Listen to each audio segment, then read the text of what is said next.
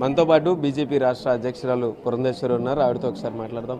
Madam, బీజేపీలో చేరికలు కూడా భారీగా పెరుగుతున్నాయి.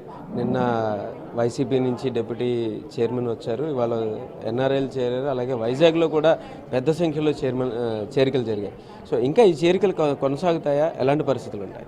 మోడీ గారు అందించినటువంటి సుపరిపాలన కావచ్చు, లేకపోతే భారతీయ జనతా పార్టీ ఇప్పటి వరకు కూడా ఏ విధంగా రాష్ట్రానికి సేవ చేస్తూ ముందుకు వెళ్తున్నో ఈ విషయాలన్నింటినీ కూడా పరిగణలోకి తీసుకుని చాలామంది తటస్థులుగా ఉన్నటువంటి వారు కావచ్చు, లేకపోతే ఇతర పార్టీలకి సంబంధించినటువంటి వారు కావచ్చు, భారతీయ జనతా పార్టీలో చేరి భారతీయ జనతా పార్టీ బలోపేతానికి మా యొక్క కృషి మేము చేస్తామని చెప్పి ముందుకు వస్తున్నటువంటి సందర్భంలో భారతీయ జనతా పార్టీ సిద్ధాంతాన్ని అర్థం చేసుకుని భారతీయ జనతా పార్టీలో ఉన్న క్రమశిక్షణకి లోబడి పనిచేసే వారందరినీ కూడా భారతీయ జనతా పార్టీ ఆహ్వానిస్తుంది. అలాగే తిరంగా ర్యాలీ అనేది చేయబోతున్నారు. అలాగే రాష్ట్ర వ్యాప్తంగా జరుగుతుంది. అయితే రేపు జరిగేటటువంటి తిరంగా ర్యాలీలో ప్రత్యేకతలు ఏంటి, ఏం చేయబోతున్నారు? రేపు మేము విజయవాడలో తిరంగా యాత్ర నిర్వహించబోతున్నామండి. దేశవ్యాప్తంగా కూడా భారత సైనికులకి అదేవిధంగా నరేంద్ర మోడీ గారికి సంఘీభావం తెలుపుతూ పౌరులందరూ కూడా అందులోనూ భారతీయ జనతా పార్టీ కార్యకర్తలు తిరంగా యాత్ర నిర్వహించాలి అని చెప్పి నిర్ణయించడం జరిగింది.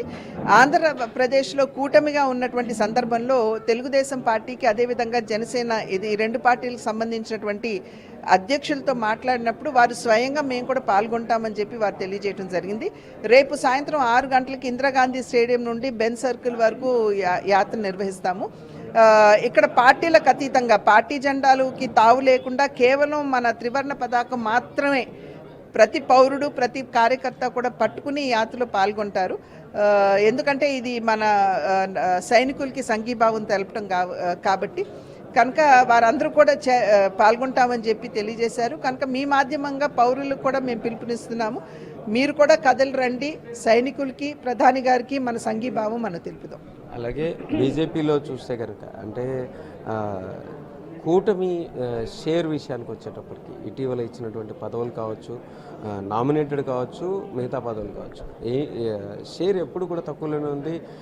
పూర్తి స్థాయిలో అవకాశాల కోసం బీజేపీ కార్యకర్తలు కానీ అంతా ఎదురు చూస్తున్నటువంటి పరిస్థితులు ఎలాంటి అవకాశాలు ఉండబోతున్నాయి? భారతీయ జనతా పార్టీ కార్యకర్త నామినేటెడ్ పోస్టులు ఏంటి మాకెన్నో వచ్చినాయి అనేటువంటి ఆలోచనలో లేరండి. ప్రతి ఒక్కరూ కూడా మన సైనికులకి ఏ విధంగా మనం సంఘీభావం తెలుపుదాం, నరేంద్ర మోడీ గారికి ఎలా మనం వెన్నంటి నిలబడదాం అనేటువంటి ఆలోచనలోనే ఉన్నారు. కనుక ఆ ఆలోచనతో మేము ముందుకు వెళ్తున్నాం. సో అది పరిస్థితి. ఖచ్చితంగా పదవుల విషయంలో అయితే ఏ కార్యకర్త కూడా ఆలోచించే పరిస్థితిలో లేరు. బీజేపీ నుంచి అందరూ కూడా దేశానికి సేవ ఎలా చేయాలని ఆలోచిస్తున్నారు అని చెప్పేసి పురంధేశ్వరి చెప్తున్నారు. కెమెరా పర్సన్ మురళితో రామ్, ఎన్టీవీ, విజయవాడ నుంచి.